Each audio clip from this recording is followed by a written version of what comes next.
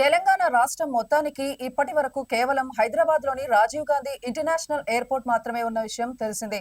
అయితే ఇప్పుడు మరో ఎయిర్పోర్ట్ అందుబాటులోకి రానుంది. అది కూడా తెలంగాణకు రెండో రాజధానిగా పేరుగాంచిన వరంగల్లోనే. వరంగల్లోని మామ్నూర్ ఎయిర్పోర్ట్ ను తిరిగి అందుబాటులోకి తీసుకొచ్చేందుకు రేవంత్ రెడ్డి ప్రభుత్వం కసరత్తు చేస్తోంది. భారత స్వాతంత్ర్యం నాటి సమయంలో దేశానికే అత్యంత ప్రతిష్టాత్మకంగా వరంగల్ విమానాశ్రయం నిలిచింది. 1930లో మామ్నూర్లో నిర్మించిన ఈ విమానాశ్రయం నిజాం మీర్ ఉస్మాన్ అలీఖాన్ ఆధ్వర్యంలో ప్రారంభమైంది. సోలాపూర్ వ్యాపార అభివృద్ధి, సిర్పూర్ కాగజ్ నగర్ కాగిత పరిశ్రమ, వరంగల్ అజాంజాహీ మిల్స్ అవసరాలకు ఈ విమానాశ్రయం సేవలు అందించేది.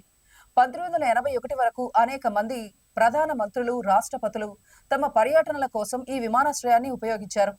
భారత్ చైనా యుద్ధ సమయంలో ఢిల్లీ విమానాశ్రయాన్ని శత్రువులు లక్ష్యంగా చేసుకున్న సమయంలోనూ ఈ విమానాశ్రయం ప్రయాణికులకు సేవలు అందించింది. 1981లో వివిధ కారణాలతో ఈ విమానాశ్రయం మూతపడింది. అప్పటి నుంచి వరంగల్ పరిసర ప్రాంత ప్రజలు విమానాశ్రయాన్ని తిరిగి ప్రారంభించాలని కోరిన ప్రభుత్వాలు ఆ దిశగా అడుగులు వేయలేదు. 1981 తర్వాత మళ్లీ 2024లో మామ్నూర్ విమానాశ్రయాన్ని పునరుద్ధరించడానికి తెలంగాణ ప్రభుత్వం ముందడుగు వేసింది.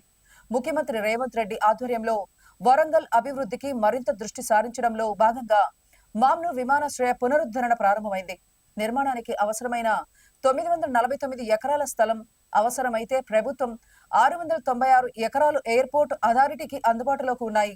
మిగిలిన 253 ఎకరాలను సేకరించడానికి ప్రభుత్వం చర్యలు తీసుకుంటోంది. దేవాదాయ శాఖ మంత్రి కొండా సురేఖ ఇటీవల స్థలం పరిశీలించి రైతులతో చర్చలు జరిపారు. రైతులు భూములు ఇవ్వడానికి సానుకూలంగా స్పందించారని సురేఖ తెలిపారు. వరంగల్ నగరం ఇప్పటికే జాతీయ రహదారి సౌకర్యంతో అభివృద్ధి చెందుతోంది. విమానాశ్రయం కూడా అందుబాటులోకి వస్తే ఈ ప్రాంతం అన్ని రంగాల్లో వేగంగా అభివృద్ధి చెందుతుంది. ముఖ్యమంత్రి రేవంత్ రెడ్డి దక్షిణ కొరియా పర్యటనలో భాగంగా అక్కడి టెక్స్టైల్ ఇండస్ట్రీతో సంప్రదింపులు జరపడం ద్వారా వరంగల్ టెక్స్టైల్ పార్క్ లో పెట్టుబడులు పెట్టడానికి ముందుకు వచ్చారు. వరంగల్లో ఎయిర్పోర్ట్ ఏర్పాటైతే పెద్ద ఎత్తున పెట్టుబడులు, కంపెనీలు ఆకర్షించడం ఖాయమని, ఐటీ రంగం కూడా అభివృద్ధి చెందే అవకాశం ఉంది.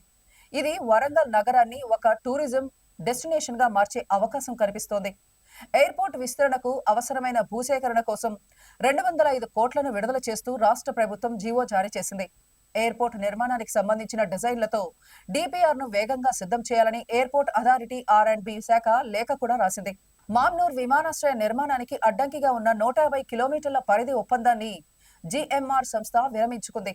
ఇప్పటికే ఎయిర్పోర్ట్ పరిధిలో 696 ఎకరాల భూమి ఉన్నట్లు అధికారులు గుర్తించగా, కొత్తగా సేకరించే 253 ఎకరాల భూమిని రన్వే విస్తరణకు, నావిగేషనల్ ఇన్స్ట్రుమెంట్ ఇన్స్టాలేషన్ విభాగాల కోసం, నిర్మాణాలకు, air traffic control, terminal building కోసం వినియోగించనున్నారు.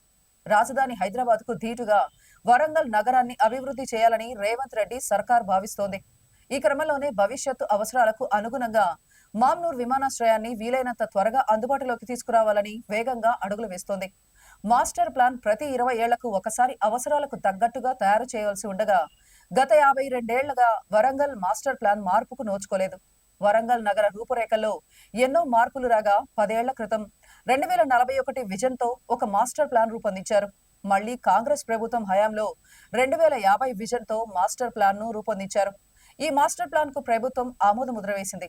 Airport, textile park master plan తో వరంగల్ నగర రూపురేఖలు మారిపోనున్నాయి.